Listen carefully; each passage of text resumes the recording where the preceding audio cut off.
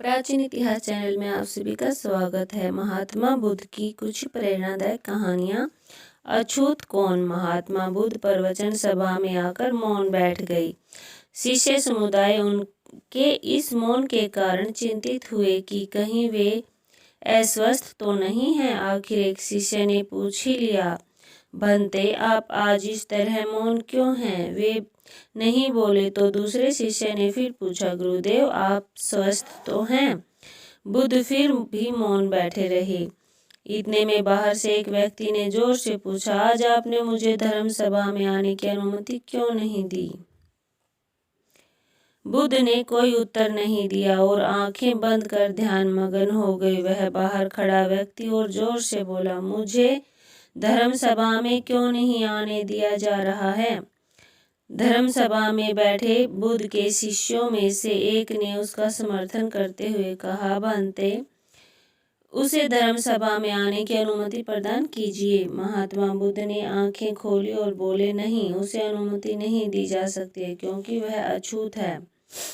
अछूत? मगर क्यों? सारे शिष्य सुनकर आश्चर्य में पड़ गए कि भंते यह अछूत कब से मानने लग गई। महात्मा बुद्ध ने शिष्य समुदाय के मन के भावों को तोड़ते हुए कहा, हाँ, वह अछूत है। वह आज अपनी पत्नी से लड़कर आया है। क्रोध से जीवन की शांति भंग होती है। क्रोधी व्यक्ति मानसिक हिंसा करता है। इस क्रोध के कारण ही शारीरिक हिंसा होती है। क्रोध करने वाला अछूत होता है क्योंकि उसकी विचार तरंगे दूसरों को भी प्रभावित करती हैं। उसे आज धर्म सभा से बाहर ही रहना चाहिए। उसे वहां खड़े रहकर पश्चाताप की अग्नि में तप कर शुद्ध होना चाहिए। शिष्यगण समझ गए कि अस्पष्टता क्या है और अछूत कौन है। उस व्यक्ति को भी बहुत पश्चाताप हुआ। उसने कभी भी क्रोध न करने का प्रण लिया। बुद्ध ने उसे धर्म सभा में आने की अनुमति प्रदान की। बुद्ध, आम और बच्चे। गौतम बुद्ध किसी उपवन में विश्राम कर रहे थे। तभी बच्चों का एक झुंड आया और पेड़ पर पत्थर मारकर आम गिराने लगा।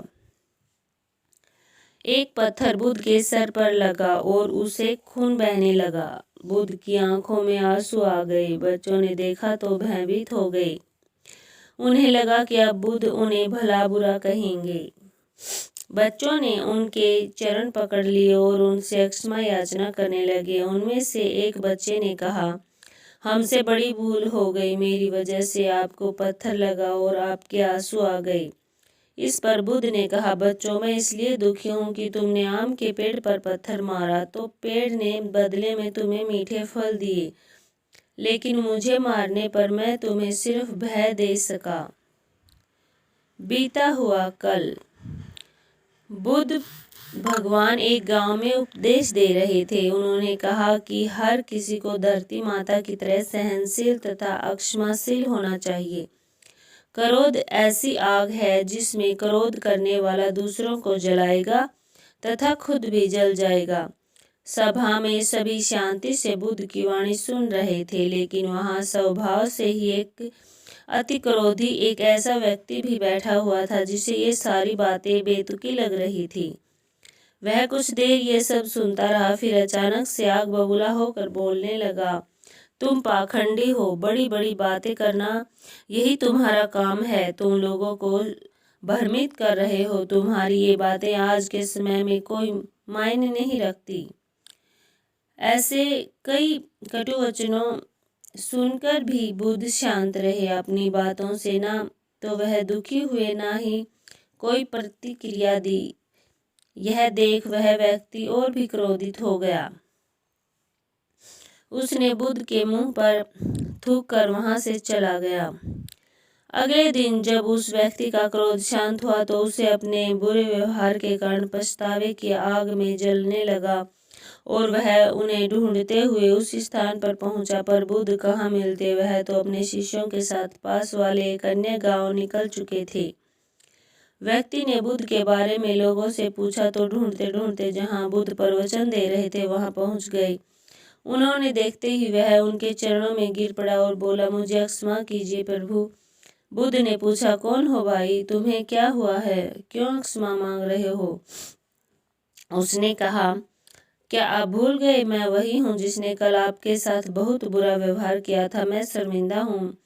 मैं मेरे दुष्ट आचरण की क्षमा याचना करने आया हूँ।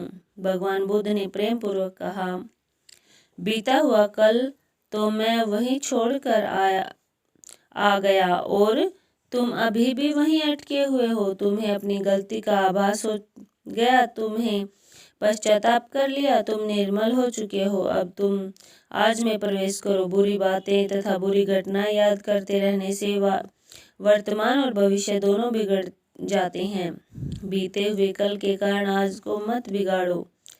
उस व्यक्ति का सारा बोझ उतर गया। उसने भगवान बुद्ध के चरण पकड़कर क्रोध त्याग कर तथा क्षमाशीलता का संकल्प लिया। बुद्ध ने उसके मस्तिष्क पर आशीष का हाथ रखा। उस दिन से उसमें परिवर्तन आ गया और उसके जीवन में सत्य, प्रेम व करुणा की धारा बहने लगी। मित्रों, बहुत बार हम भूत में की गई किसी गलती के बारे में सोच सोचकर दुखी होते हैं और खुद को कोसते हैं।